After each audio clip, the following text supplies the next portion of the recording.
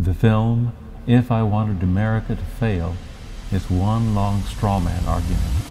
It misrepresents the positions it wishes to knock down by substituting a distorted and exaggerated version of the positions it is supposed to be attacking. It is easier to knock over a straw man than a real argument. This type of argument can fool the uninformed or misinformed. Don't be fooled.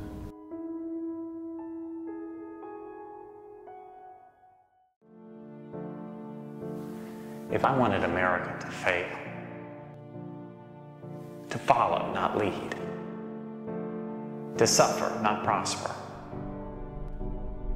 to despair, not dream, I'd start with energy.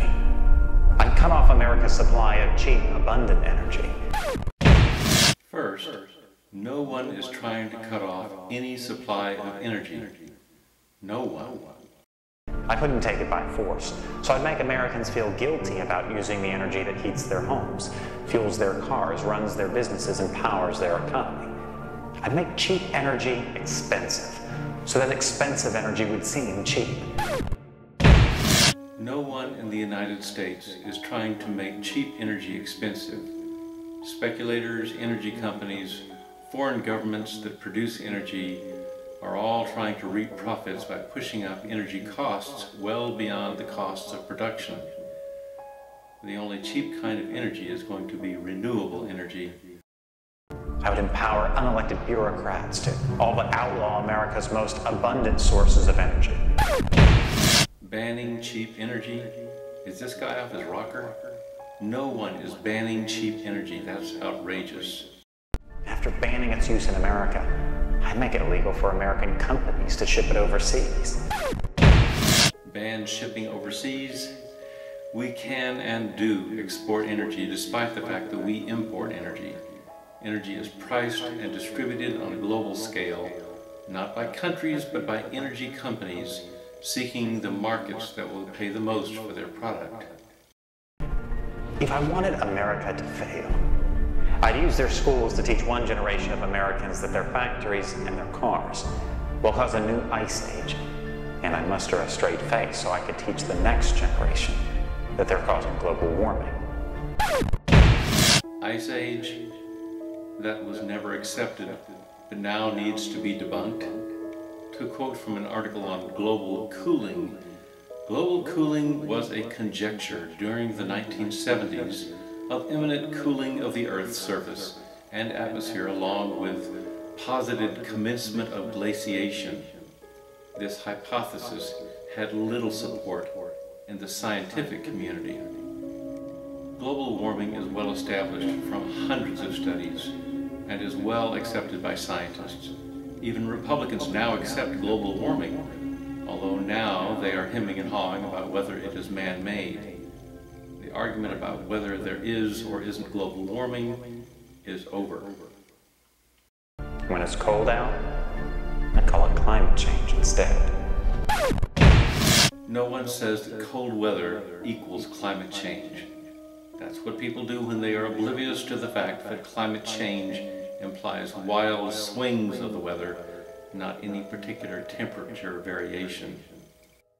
I'd imply that America's cities and factories could run on wind power and wishes. Imply alternative energy sources may not replace fossil fuel entirely, but factories are already running on wind power. I would never teach children that the free market is the only force in human history to uplift the poor, establish the middle class, and create lasting prosperity. No one is saying that the free market isn't what made America great. And I believe that our free market has always been the engine of America's great progress. It's a market that's created a prosperity that is the envy of the world and rewarded the investors and risk takers who made America a beacon of science and technology and discovery. Instead, I demonize prosperity itself so that they will not miss what they will never have. No one is demonizing prosperity. That is right-wing claptrap. The success of our economy has always depended not just on the size of our gross domestic product, but on the reach of our prosperity. on the ability to extend opportunity to every willing heart, not out of charity, but because it is the surest route to our common good. If I wanted America to fail, I would create countless new regulations and seldom cancel old ones. Regulations. Some are essential and prevent disasters. Some prevent long-term harm to citizens. Some keep the powerful from trampling on the weak. Indiscriminately classifying regulations as altogether bad is destructive. The video implies that Obama has been trying to increase regulations and suffocate business. This is a lie. Now, there's no question that some regulations are outdated, unnecessary, or too costly. In fact, I've approved fewer regulations in the first 3 years of my presidency than my Republican predecessor did in his.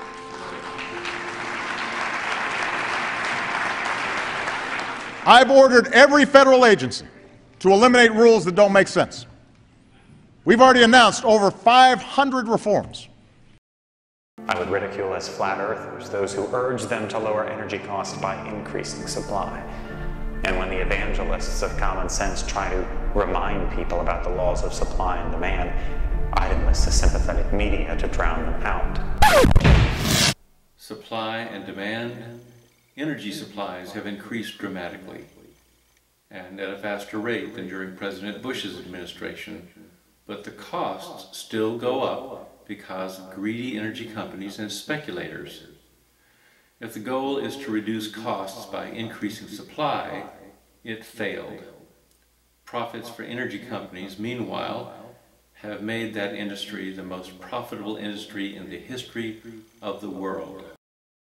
If I wanted America to fail, I'd make it easier to stop commerce than to start it, easier to kill jobs than create them, more fashionable to resent success than to seek it.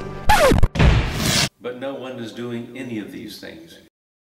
I convince Americans that Europe has it right, and that America has it wrong. Has what wrong? Left undefined, that is vague enough to be disingenuous, and conceited enough to say that America is unable to learn from anything done elsewhere. But consider this. We should at least learn from their mistakes. Austerity measures have led to a double-dip recession in Europe, and Paul Ryan is pushing for austerity. If I wanted America to fail, I would make a video that convinces people that progress is bad, that industry is always right, and that laws and regulations that protect people are hurting America. If I wanted America to fail, I wouldn't object to videos like the one made by freemarketamerica.org.